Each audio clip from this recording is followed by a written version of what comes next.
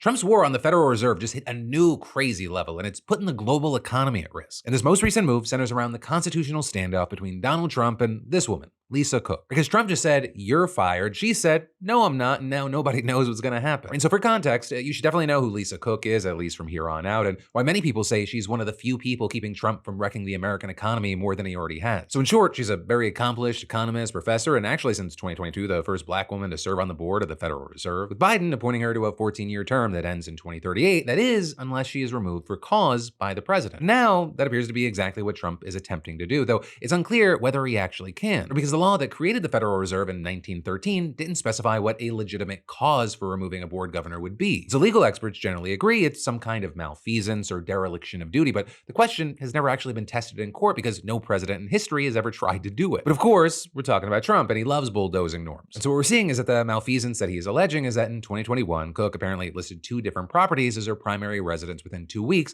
while applying for mortgages on both, which I'll say for context, lenders generally give lower interest rates for primary residence because they're seen as less risky. So Trump's argument is that there's no legit reason she would have 2 primary residences at once, therefore this is fraud. However, when you had CNN reviewing the mortgage documents, they listed her properties as principal residence, not primary residences. And as experts have pointed out, it's possible to have more than one principal residence, and even if it wasn't, borrowers often don't even read these specific documents, so her intent would be hard to prove. But regardless, in the past week, Trump has called on Cook to resign and threatened to fire her, and now announced that he is actually firing her, which notably, if his order stands, could give Trump unprecedented control over the Fed, right? Because he's already got 2 appointees on the board from his first term, and this month another member resigned 6 months earlier than expected, with Trump then quickly putting one of his own in her place. And now if he replaces Cook as well, that would give him 4 allies on the 7-member board. Though I will say, and this is a huge thing, to actually change interest rates, he would need a majority on the broader 12-member committee of which the board is a part, and that includes 5 presidents of the regional Fed banks. But also in February, all the bank presidents will be up for renewal, and that has to be approved by the board. So if Trump controls the board, then he could exert pressure on the committee, and the final nail in the coffin is that he gets to appoint a new Fed chair in May, replacing Jerome Powell. All of which could get him what he's been trying to get for months now: very deep interest rate cuts. Because cutting interest rates speeds up the economy, and it makes it easier for the government to finance its budget deficit, which of course is something that Trump really needs to do after signing his so-called big beautiful bill. But while lowering rates may be good in the short term, it's arguably not so good in the long term. Right? And that's for a number of reasons, including if the Fed's independence from political pressure is put in doubt, then so is its credibility as a guard against runaway inflation. And if investors think that there is a greater risk of inflation in the future, they might compensate for that by raising the interest on their own credit, making mortgages and other long-term loans more expensive for the average American. Plus,